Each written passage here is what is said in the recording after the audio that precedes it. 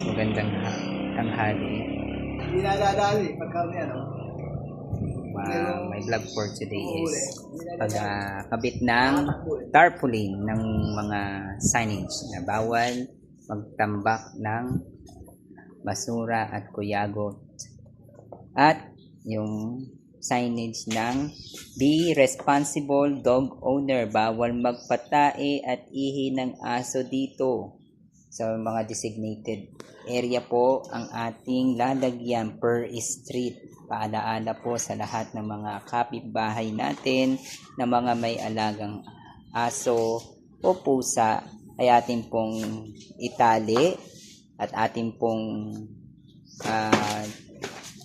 bigyan ng pagpapahalaga, no? Huwag natin hayaan na nakalabas lagi sila. Una, para iwas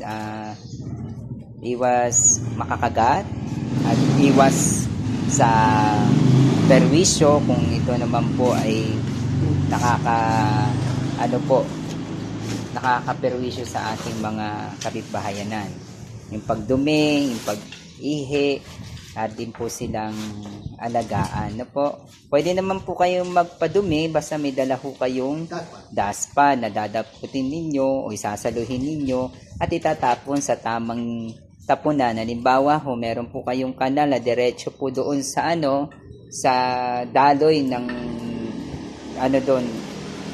sa drainage. Huwag ho i-stuck sa drainage na hindi nalaglag. Kailangan po i-make sure ninyo na nakalaglag ho dahil babaho po ito, no? So, yan po ang ating gawain ngayon sa araw na ito at ng vlog. Kasama ko si Jason, ang magkakabit ng mga tarpaulin. Nakisuyo ako sa kanya, no? Ganyan. Lagyan din sa baba. Yan. Mamaya po makikita niyo kung saan po namin siya ikakabit.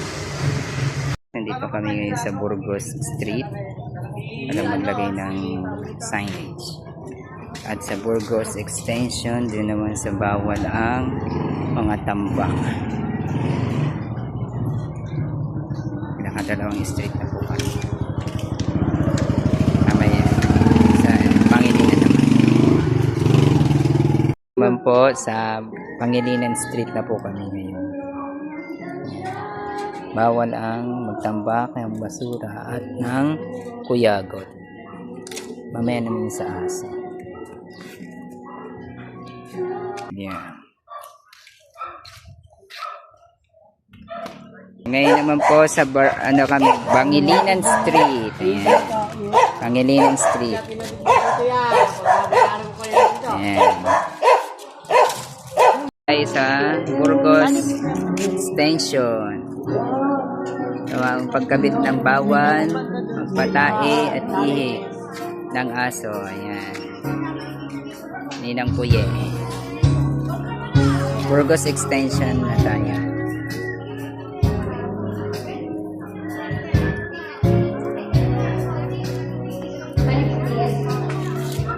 Ayan. Thank you, Jason. Thank you, Ninang Kuye. Dito kami ngayon sa Friendship Road. Yan. Yung laging tinatambakan ng basura. Kaya maglalagay kami ng paalaala sa mga mahilig magtapon ng basura at ng tambak ng kanilang kuyagot. Kayo po ay maaaring mamultahan sa ordinansa ng ating syudad sa pagtapon ng mga basura sa hindi tamang araw, oras. Yan po, na. Dito po yan, no, sa bakanting lote. Pinalinis po natin yan yung nakaraang February, first week yata, ng mga matataas. Ngayon medyo konti na lang ang taas niya. Ito po. Next naman po namin yung tricarbon. Yan naman po dito kami sa gilid ng ng Friendship. Yan mo. Dami na naman pong tambak dito sa Friendship Road ng Coverport gilid. Ayan. Kita nyo po yan. Dami na naman pong tambak. Pinalinis na po ng ilang beses. Kaya Papalinis natin to at pag may isa pa po na magtambak dito, ipapatikit natin sa waste management sa City Environment Management Office. Malambo ho. Malabo ka kausap.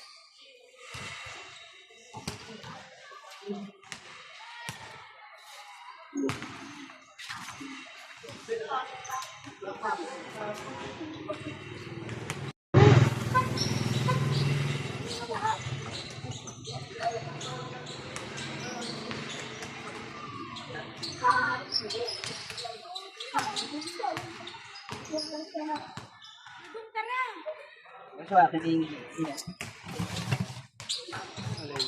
bato. Bato. Bato-bato sa langit. Yung mga adik sa gilid.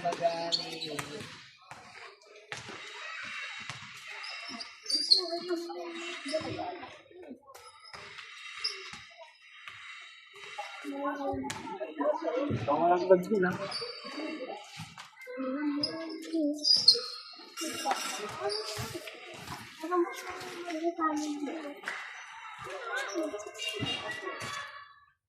Dahon!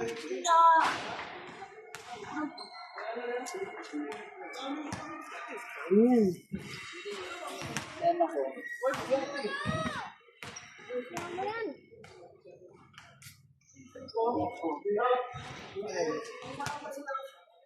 Ako naman eh. Hindi man tabi eh. Hindi, yung iba.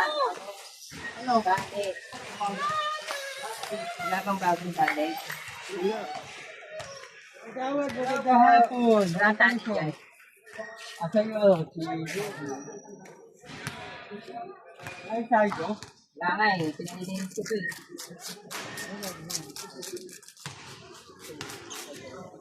Eh, ano? Balik na naman yan. Ako nagtap.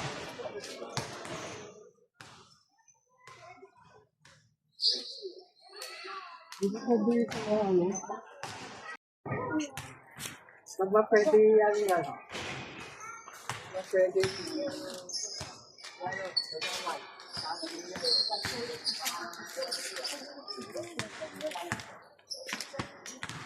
Padulong mo sa ano. Palabas mo yung bato. Palabas.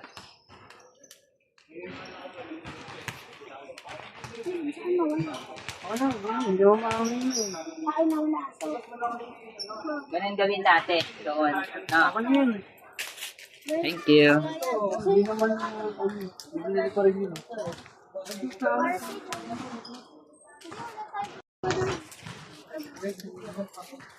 Masisipag kong kaibigan na tunay at tapat. Wow! Si Joshua po nagagalit na naman ng mukha. Ano po ba itong mga tambak na to? Yan, tambak na yan. Pakuha natin sa... Saan ba nga galing yan? Ano? Sa tricarbon na kami. Yan lang pala. Thank you for watching.